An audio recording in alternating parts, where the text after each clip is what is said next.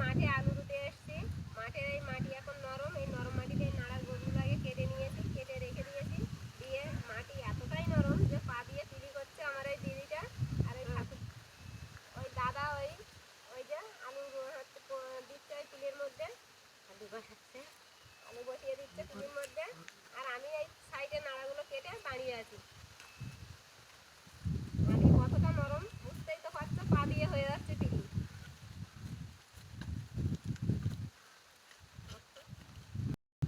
এই যে আলুগুলো পিলিতে দিয়েছে দেখতেই পাচ্ছ।